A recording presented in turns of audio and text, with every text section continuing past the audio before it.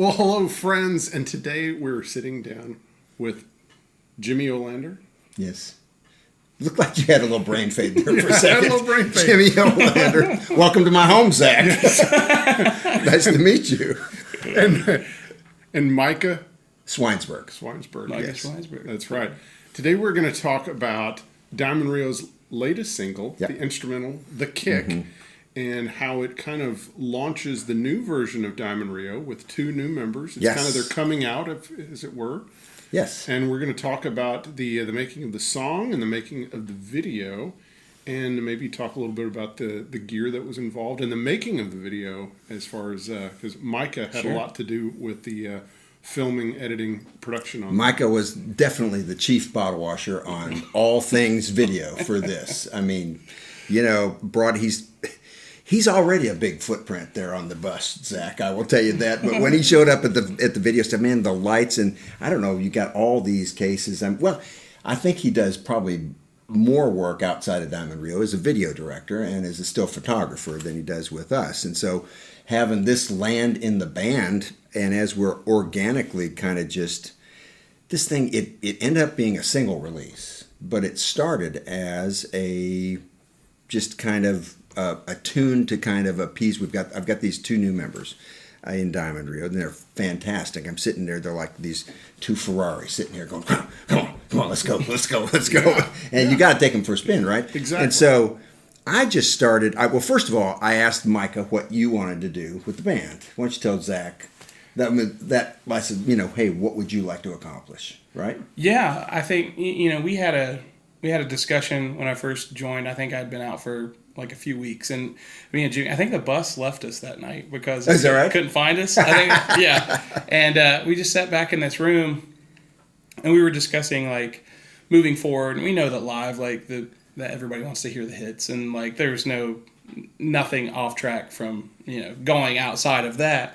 But I just I was raised a Diamond Rio fan, and I was listening to them when I was 8 years old.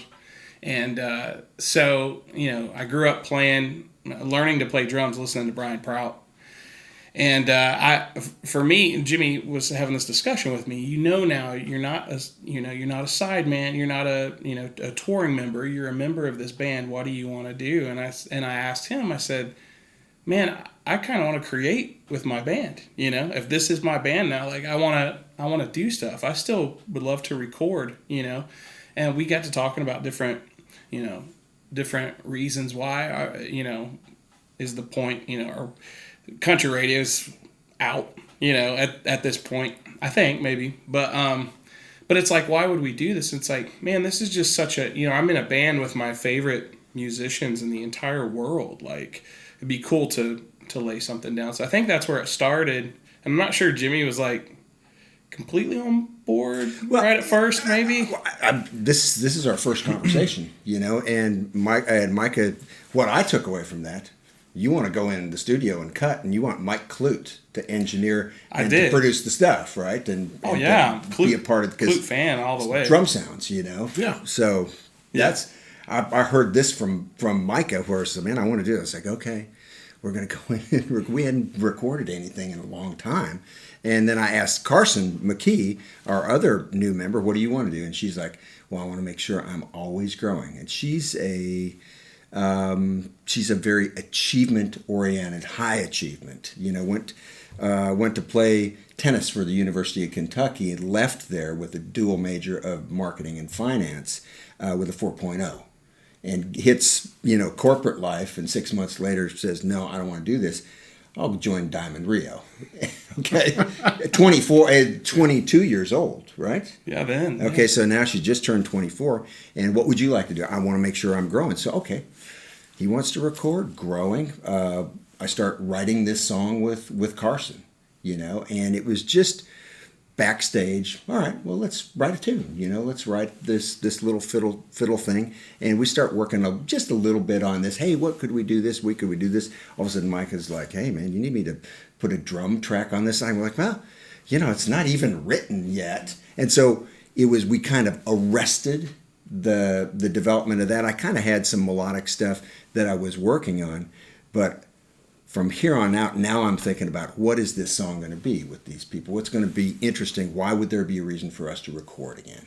You know, and I started remembering the Strangers, Merle Haggard and the Strangers. And I remember Buck Owens and the Buckaroos. They used to do instrumental albums. Yes, sir. You know, and we've done instrumental or not albums, but cuts on our stuff. And I love that. Going back to the Poultry Promenade off the first album, you've always had some instrumentals. And that was one of the things, as a guitar fan and other fellow guitar fans, we always loved all the band, but it was nice to have an instrumental on there as kind of a fun nod to the Pickers. Yeah. Well, that's what I love to do when I was trying to learn. I'm still trying to learn to play guitar, but the old Leon Rhodes stuff, man, that was my, that's all the greatest instrumental stuff in the world, learning that stuff. I've got such an affection for that, so let's do that. So we're writing this song. Well, Micah's like, if this turns out any good, we should probably do a video on this. And I was like, what? And he's like, oh, man, yeah, I'll do a video. And I don't actually know this about you at this point. Yeah, the chops that you had in your catalog and all these videos that he's done, and he's like, well, we'll do it. And so little by little, where guys, my longtime partners who are like, we're going in to record, okay, it's like not necessarily anybody excited about that, because things have changed so much, because the recording process has changed, or even like the making of a video has changed so much, and the expense of all these things has changed because they're thinking about, oh, this is all gonna, we're gonna pay for this, and then we're not gonna make a cent until we pay this off. They're thinking about the old label system and everything. Yeah, the label system. They'd have you do a video right as they're about to move into a next project to where, I guess we're not going to have to pay on that one, right, because you haven't recouped your video costs, which could be $150,000, and they swole way up into some of the big videos. I think we were usually under $200,000. Under $200,000 video director. That's a great thing, man. Yeah. I'll take it. Yeah. So, but that was back in the day. Yeah. Right. So all of a sudden I'm thinking video. Okay. So now I start thinking about Dan Truman and myself. And I'm like, okay, if we write this piece, and I've already thought about, we're introducing Carson and we're introducing Micah. And I had this old gag that we tried to take out on tour, where we're going to play these tools and do this stuff. And they're going to be triggered and we're going to do this thing. And it became just a goofy idea that never came to fruition. We're trying to attach MIDI triggers to drills and stuff like that. It wasn't roadworthy. It didn't make it out of the rehearsal hall. But I still had that. I was like, oh man, tools, this would be great. We'll go over it. And so I'm doing this. My neighbor's got this super cool garage. Call my neighbor. Yeah, you want to do a video? You can come over here and do this. So this is like, the old Spanky and our gang where, hey, I can do this, and I've got a sheet I can bring for the backdrop. So this is super organic. And so then I'm thinking about Truman and myself. Okay, so video, we're so boring on stage. I got to write some gags that are happening in this. The song's not written yet, okay? But now I'm having to think about, I need a place to put this gag. I need the stuff, because the whole tool section, Marty and Dana seem to just completely go in there and rain on the idea of it. I mean, they're great. They're great on camera. You get it. I didn't write a single thing for Dana Williams or have any vision for a gag or anything for. I just knew if there's a camera within 10 feet of this guy, it's going to be great. And it is every time. He's always fantastic. What a great way to be. You're looking at the whole vision of the song. You're thinking about the implementation of a video, the recording of it, everything, and then. But I haven't written the song yet. Right, but but you're moving all these elements. I mean, that's. Oh yeah, I'm already talking. Everybody's on the same page, and I've got all these boxes that I'm trying to check, trying to make sure when Dan's playing his solo, stuff's happening. Yeah. And he looks good as a result of that. I forgot to do a thing for myself. So it's just like, I'm the boring guy on the video. So anyway, I love how it looks, though. Yeah. Oh, it's fantastic. Thank you. And so how long did it take y'all to shoot the video? We did it in a day. Yeah. Well, we came in the day before, I think, right? Did we start putting up lights the day before? Yeah, we bought a piano. We had bought an old Standell, and Matt Bigler, our tour manager, he and his kids got a trailer and go picked up the piano, and Billy, man, my neighbor, Billy McKellar, is incredible, super generous, and he's just got a super cool pad, and he's like, man, what do you need? You know, bring a piano over, okay, you need all day, blah, blah, blah, you need to use the house, we can do whatever you want to. So brought the piano over, and did you and I, did we art direct it that night? I think so, because Yeah. it was ready to go the next day. The shoot day was all, I mean, we just came in and did it. I'm pretty sure we set. Okay. From what I remember, we set everything to do. And you know, it's just, I think it really looks good, but it was so happenstance. Micah's over here. Okay, where's your neighbor live? You know, and as we're walking out the house, I'm grabbing a lamp and we're grabbing like, hey, maybe we'll want this, you know, and sure enough, all that stuff showed up in the video. Yeah. You know, old tired road cases, you know, Yeah. actually Billy wanted some old tired road cases from myself and Thad Beatty, who's another neighbor of mine, who Yeah. he had a bunch of, I was like, man, let's get Thad stuff in here and we'll kind of junk it up a little bit and stuff. Super fun. But this whole, you know, still, you know, I'm thinking about writing this piece, you know, and when COVID came along, a friend of mine, Liz Laren, called me and had me doing some stuff with film scoring, you know. And man, I'm a banjo player and a Telecaster player. Been playing country stuff, so very, very different. So I started to educate myself on, you know, what are the trends harmonically, how are people using music in film and stuff like that. And so I took several of those concepts and just completely wrote those into the thing. So it's like, so at the time that I need the stuff, the information has showed up in the composition of this. Okay, so I had learned these new chops, you know. During COVID, my friend Liz had taught me a few things, and I'd learned a few other things. So, but during that, I wanted to use all that stuff, right? Well, higher education and music sometimes just becomes math, right? Mm-hmm. So I had a couple of circle of fourths ideas that I was going to put in this fiddle thing. I had this chromatic median slide. I had a tritone modulation into the B part, and then we had to get back, so I pulled a little Statue of Fools trick back into the original key. So we've got quite a few different key centers going on for this, and then we demodulate for the tool section, come back up, and I've got a section for Dan I needed to write. But through all this, I'm wanting to use all this stuff. And man, it's so much danger in people going, oh man, it just sounds like quirk, quirk, quirk, quirk, aren't you? You know, where it doesn't sound good. It's maybe impressive, but that's it. But one of the boxes I was trying to use all this stuff is I wanted it to still sound musical. And to where you don't, although all that stuff is going on, we're kind of sneaking those concepts in.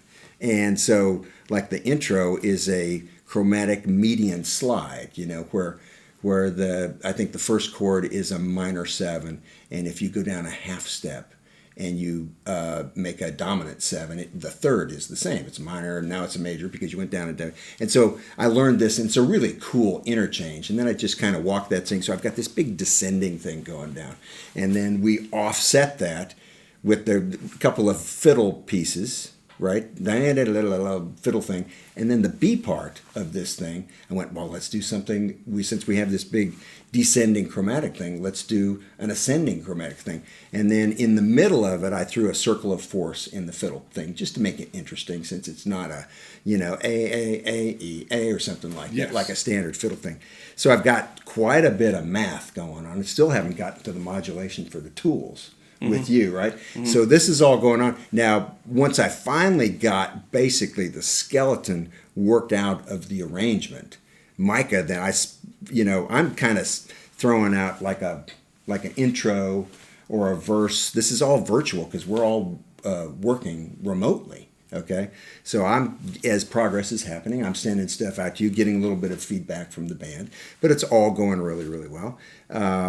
And by the time I got the whole length of this thing done, Micah went ahead and actually did a scratch drum for me to work off, because I was working off of Easy Drummer. It sounded okay, but I knew what I was sitting on here, that I didn't do like this elaborate drum program thing. You know, I was just like, dude, I know he's going to do something great. Yes. Don't have to worry about that.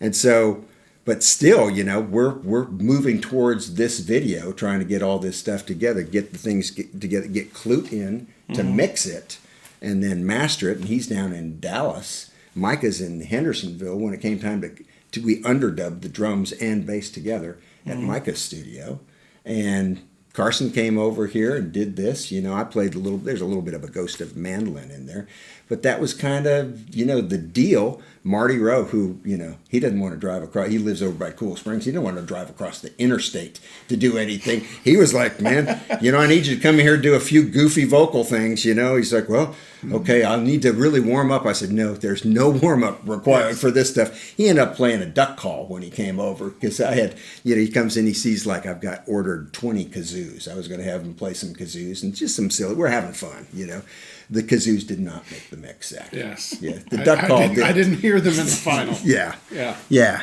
So anyway, it was so interesting to me how with the music and trying to accomplish the stuff for Carson and for Micah, and my first, I've been doing this a long time, and a lot of our releases were a while ago, So there are young musicians in a young musical, your network is younger than mine, and you've got guys that are doing a lot of stuff currently.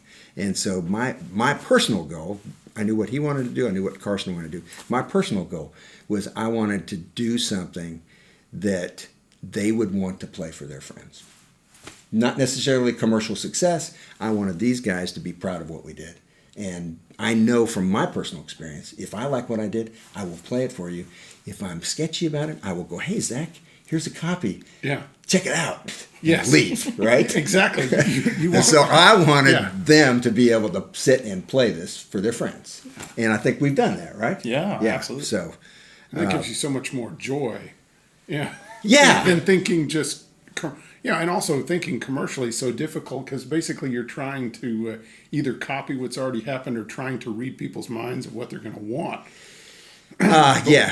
For doing a more traditional release for us, like a vocal release for us, because we're experiencing a really great renaissance for 90s country. The audience is, I have not done anything differently. I can't really claim that success other than we were a part of 90s country. Yes. And that's really, really, that's fantastic. But then to have something come out new, country radio does not sound like 90s country at the moment. And I don't think, if we're going to cut a record, we're going to use our best instincts and the best stuff that we have. And it's probably not loops and some things that are contemporary right now for 90s or for country radio. So you're Mike is a session player, so you're in demoing a lot of the stuff that's happening or cutting the records. Oh, and yeah. I think he's got a better perspective of what we are or aren't, right? Yeah, but what's cool is, and I've told these guys this a bunch of times, is that I'm a fan of Diamond Rio whether I'm in the band or not in the band. It's just, and I think that you can't, like with you guys and being a part of the band, I don't feel like it would be appropriate to do, you have the musicianship that's always been here to if I'm listening to a band I'm a fan of, and I've heard bands totally try to transform themselves into whatever, after so many years. And it's like, I don't want to hear that version. I want to hear the version that I connected with to begin with. Yeah. So to try to shoot so far out, and do something like you're saying, like loops or whatever's in, it's like, that wouldn't be Diamond Rio, Yeah. And I feel like the stuff that we cut, like the kick and whatever is in the future, it's like, man, I feel like that should be appealing to, the crowd that latched on to Diamond Rio in the first place. It's like, that's beautiful as it is. It doesn't need updating. It's good, Yeah. Yeah. So how do you work through kind of staying true to the Diamond Rio sound? And I guess for you specifically, you're dealing with Brian Prout and his, having. So are you thinking of how I can play in that mode, but in a sense, even on a song like Absolutely. The Kick? Yeah. Absolutely. And Jimmy and I have had this discussion a bunch of times because, I think Jimmy's more, Jimmy's more of take your liberty more than I am, out of respect to all the stuff that Brian's done. And I've told Jimmy before, it's like, man, if I go hear a band that I've always loved, and which has happened recently, and the drummer's different or something, and they're trying to do their thing, I don't like it. Or a guitar player that sounds totally different than what I've heard it's like I respect their musicianship, but the band doesn't sound the same. And so, like I said, as a fan of Brian Prout and Diamond Rio, it's like I feel like I have to kind of teeter on this line. I feel like there's some creative things that I can bring to the table, and I know Jimmy loves that, the band loves that, but also staying true to like we're gonna record something here before long, and I was telling him I've already got my kit set up almost like it would be like a Brian Prout studio kit rather than what I would play live. But I know going in there, man, I want tones that sound similar to what Brian was doing. And I'm going to play things. I'm going to try to approach the song similar to what Brian would do. And there may be a touch of Micah here and there, but I want that mindset because I love Diamond Rio so much, so. And you were hitting on something that's really great right now is that there is a huge resurgence in 90s country and the appreciation of it. My children that are in their teens, they love Diamond Rio and Brooks and Dunn and all these groups from that era. They love them and they listen to that. And so for me, it's much more enjoyable than sometimes they will want to listen to the pop station or they'll listen to some modern country. And it's like, I can take it. But it's like the fact that they enjoyed Diamond Rio and Brooks and Dunn and those other things. It's like, it's a little bit of surprise though, right? Yeah, it's a surprise because I think about, I don't know that I wanted to hear, what my parents, I probably did like what my parents liked to a degree, but it's nice that this era of music that I think was really an important era of country music when it really had a huge impact. And we get 90s country without the mullets these days, which I think is a definite improvement on this. I don't know, man. I thought it was cool. You had a really nice. Thank you, Zach. Yes, yeah. It was full of product and ready to go, baby, ready for prime time.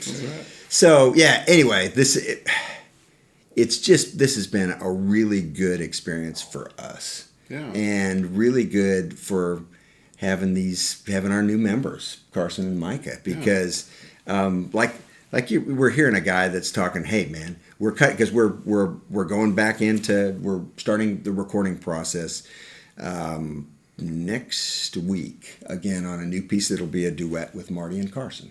And Micah's already pulling together because we're going to try to do, because we did an instrumental. That's out of the box. We went and interviewed on Big D and Bubba, and Big D's like, okay, Jimmy, 6-time vocal group of the year, haven't done anything in a while, you come with an instrumental. What are you thinking? Yes. I was like, well, I'm thinking we were just having fun, That's but right. whatever my excuse is, we are doing a vocal piece next, and he's already getting his thing in because I think the next thing, along with we're going to try to go back and make a classic Diamond Rio thing, much like we started out with. And Mike Clute always had the philosophy, one guy, one part, so we'll go in and we'll have piano. And I think Carson's going to do mandolin on this one to pay tribute to Gene and all the great stuff that he's done. And you're going to play probably not going to have any loops and guitar, Marty's going to sing, I'll play the guitars, and Dan will do the piano. It'd be great. Dana's on the bass. So it should be a very clean and should be you got to kind of figure that stuff out, which has been something that I've enjoyed doing. How can we make a commercial sounding record that's full and meaningful when you just got one part to do? Yeah. And there's something that happens interesting in the mixing of music like that is everything, all the parts become much more individual, and you can hear there's not a wall of this. Right. There's an acoustic guitar that's playing a part that you actually, the part actually has to, it's not just a wash of guitar. You actually have to play something based, and with us, we like to interweave piano, mandolin, guitar, and sometimes two guitars, the electric and the acoustic, in this stuff. So I guess maybe it's reading too much People magazine, short attention span, where you got a little, something's poking out, while the lyrics going. So anyway, that will be our, we're going to kind of try to restrict ourselves to that, and it'll be some familiar ground for us, and hopefully for our audience as well. I love that.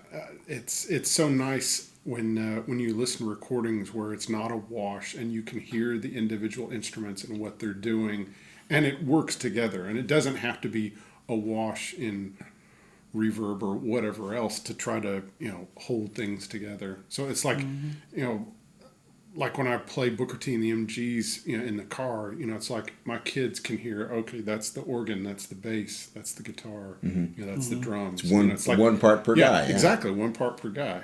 Yeah. And you know what, Zach? It's actually been really fun making records like that. Yeah. Because you just can't slough away on, I'm going to double it over here, and now it's stereo image and sounds better. Yeah, and you've got to think about parts right then and there, and what the finished product's going to be. It takes pre-production where you really work up the tunes before you go in. We do nothing at light speed here at Diamond Reel. I assure you that. Yeah, we definitely take our time. I mean, the kick. So you're doing a lot of recordings and stuff like that. Did it seem like that took an exorbitant amount of time? No. To get done just the recording process? No, I don't think so. I think the way we're doing it's really, really cool. Okay. I like it. I think, but to add to what you guys are talking about, I've told Jimmy about this too, is like, I think one of the things that make Diamond Rio so special anyway is that you can listen to, them being a band that actually played on the records, that you can listen to a song. You don't have to be a musician, and you can love Diamond Rio for the country song. But as a musician, you're hearing all of these guys play their parts. And if you strip all that away, it's still like a really brilliant piece of music, And that's what I think a lot of musicians, it's the same thing. They respect for the band, much like I had, is like when you can hear that, it's like, man, it's twofold. And I don't know, I know there's bands throughout history where you can, that's what makes them special to me as a musician, is you can appreciate it without diving into it. But if you want to dive into it, it's there to piece out. It's just, it's a cool thing. You did such an amazing job on the Kicks video.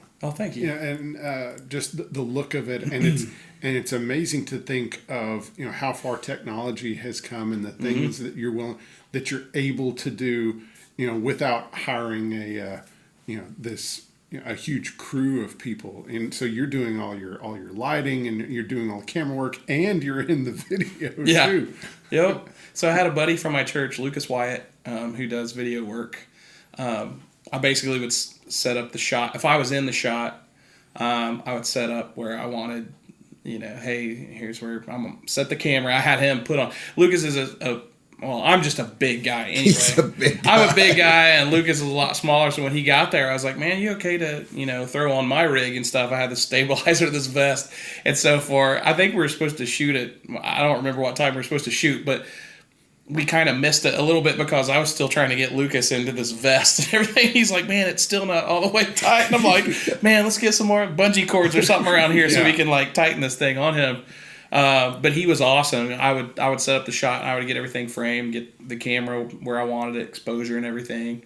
And we did all that with him shooting. And then most of the other stuff was, if there's a solo, Jimmy or whoever, it's, me with a handheld or with the vest, doing stuff. And so, yeah, that was fun. And there wasn't, we were the crew, basically. At one point, Jimmy was holding a mic, right? You were holding a mic pole for some of the talking parts. Towards the end, Jackie, Micah's wife, during Dan's solo over there, after I think we got a gag where they're making a bunch of smoke and stuff like that. That's actually Jackie laying down on the floor with the smoke machine, holding that thing up. So it was a team effort, But okay, so we're talking about, he lined up Lucas with the camera, but you also got to understand, he lines up Lucas with the camera, okay, checks everybody, let's get the lights going.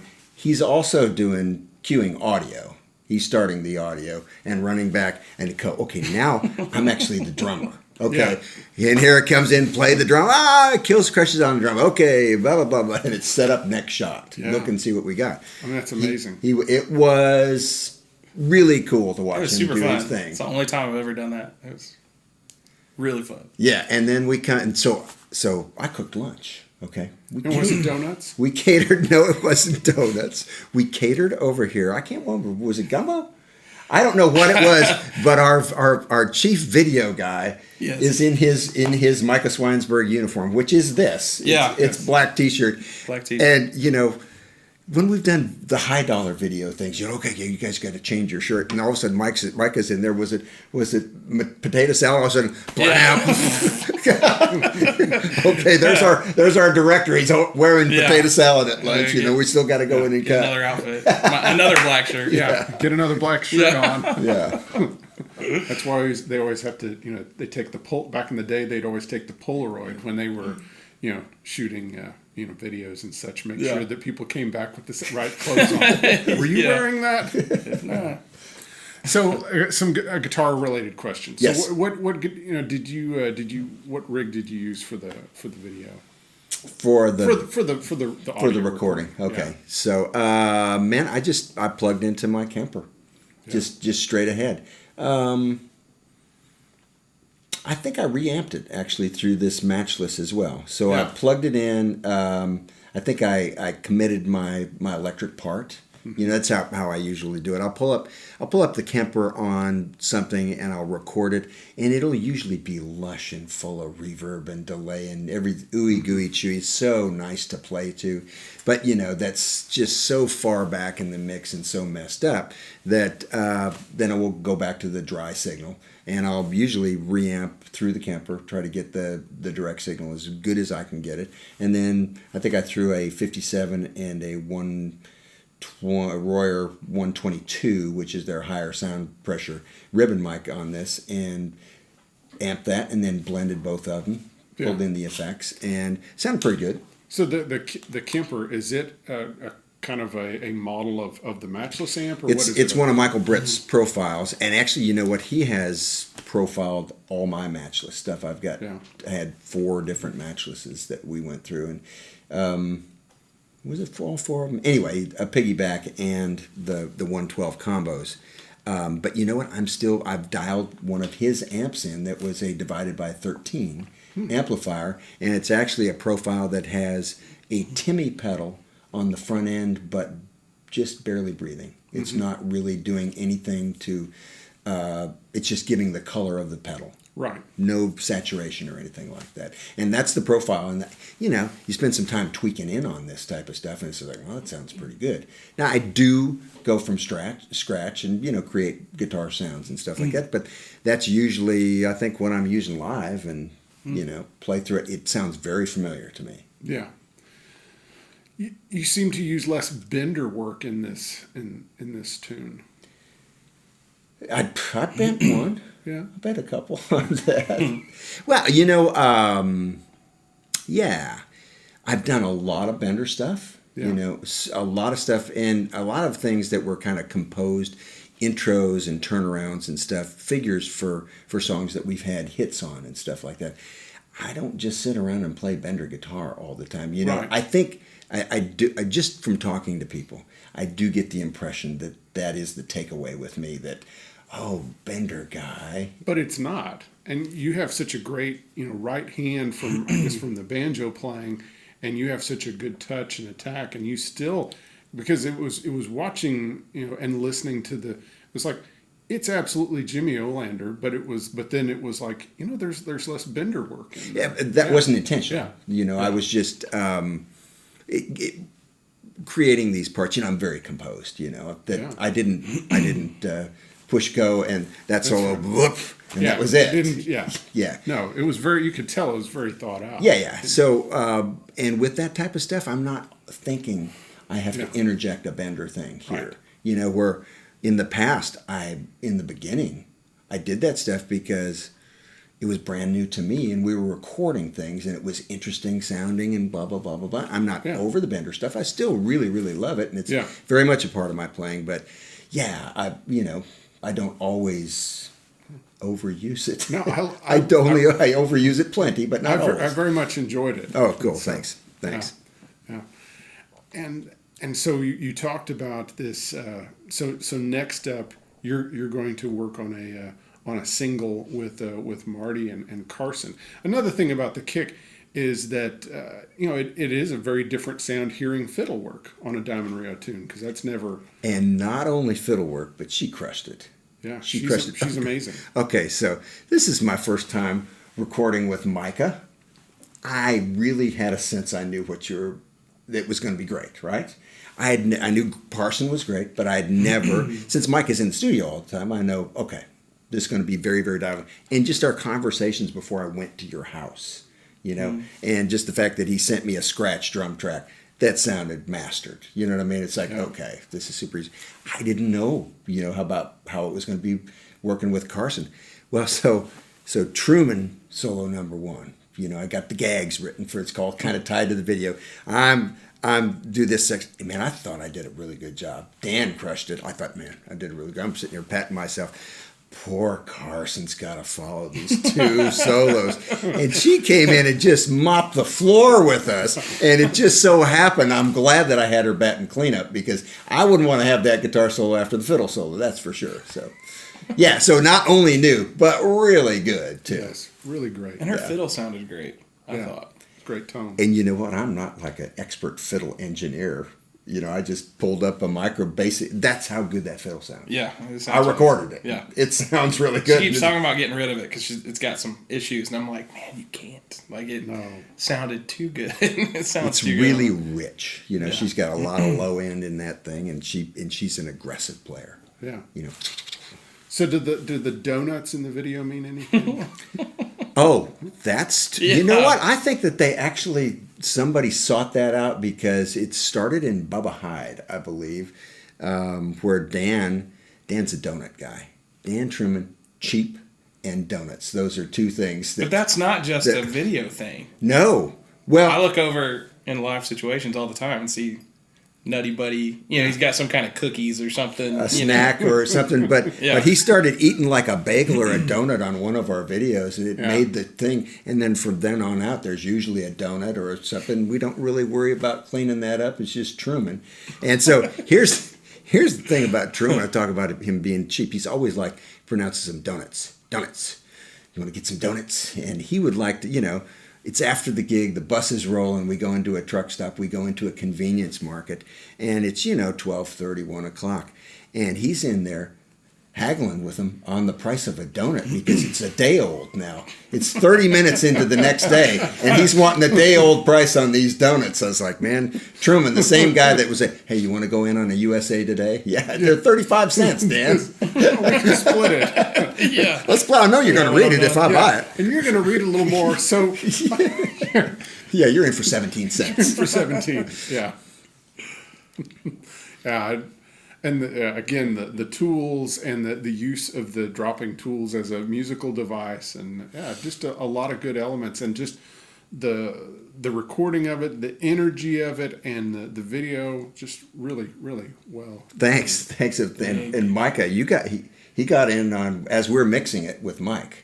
I remember you were very specific about the tool use because it's your scene. The timing. It was the timing. The wrenches falling. There was a principal and an offbeat tool. That's what I remember. Yeah, right? He wanted and they were on the wrong beats. He's like, no, we got to have this stuff.